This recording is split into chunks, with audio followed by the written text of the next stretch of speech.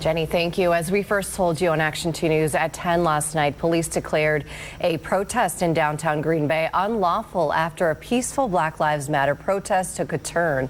And in Action 2 News exclusive, Green Bay Police Chief Andrew Smith telling us at least 6 people were arrested for disorderly conduct, unlawful assembly, and resisting police. Chief Smith tells us the protest started to escalate when a new group of people came in partway through the protest to take advantage of the moment. Well, this group was not really interested in peacefully protesting, apparently. So over the course of the next few hours, we had multiple calls from citizens, complaints that they were blocking traffic, that they were harassing people, that they've thrown an object at an individual, that they tried to rush into one of the local taverns downtown as underage kids. So we sent our officers out there. We also had reports that they've been trying to pull manhole covers off of the manholes. So we declared it an unlawful assembly at that point. The police chief tells us officers took military-grade smoke grenades from one person on the scene and fireworks from another. Green Bay Mayor Gingrich also weighing in. Got a lot to do if we can do it together, and just trying to reduce the tension that we have out here. And you know, people are understandably upset about what's happened down in Kenosha, what's happened in Minneapolis, but Green Bay is Green Bay. You know, we're a good town, we're a good community, and just focused on bringing people together. Police say no tear gas or pepper spray was used on protesters.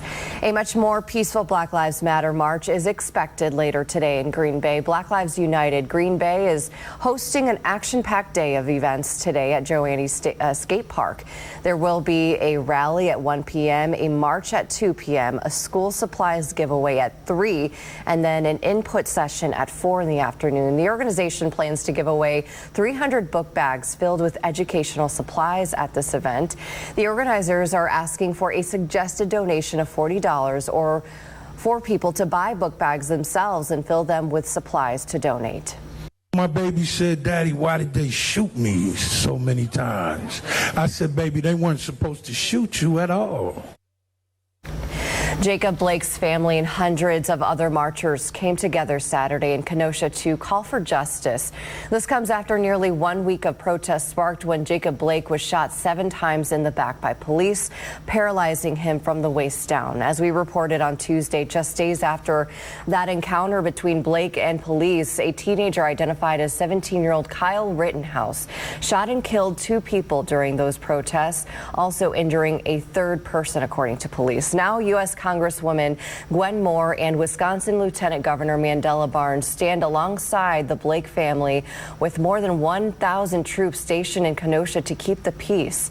Blake's father, who you just heard, Jacob Blake Sr., says he's angry his son is paralyzed and that 2 more people were killed. We suffered and still suffer because there's 2 justice systems. There's one for that white boy that walked down the street and murdered those 2 people and blew that other man's arm off. And then there is a justice system for mine. Rittenhouse was supposed to appear in an Illinois courtroom Friday for an extradition status hearing, but he did not show up.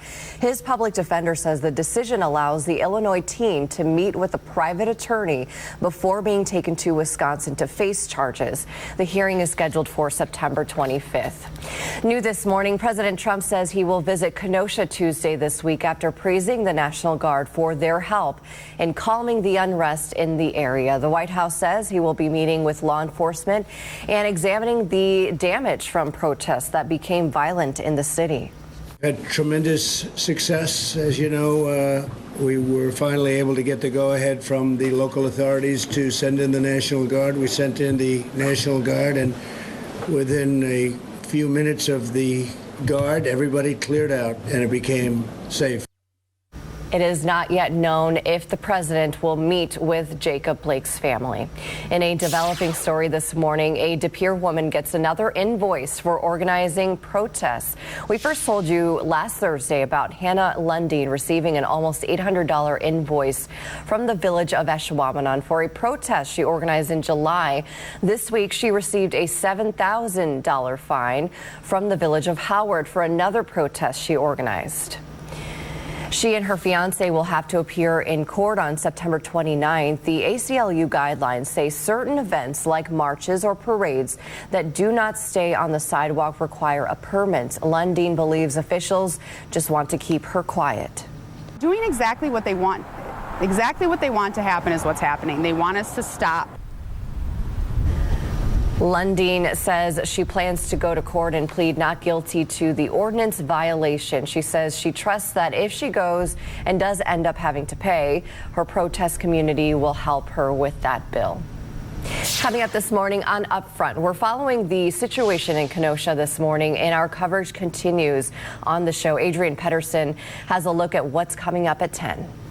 Good morning. We are in Kenosha this morning for the police shooting fallout. I'll talk to Lieutenant Governor Mandela Barnes about the police shooting and ask about the administration's response to the violent aftermath. Plus, why can't Republicans and Democrats agree on police reforms? And Kenosha's mayor and how the city unites and rebuild. It's all coming up at 10 o'clock on Upfront. And coming up, Packer rookies were just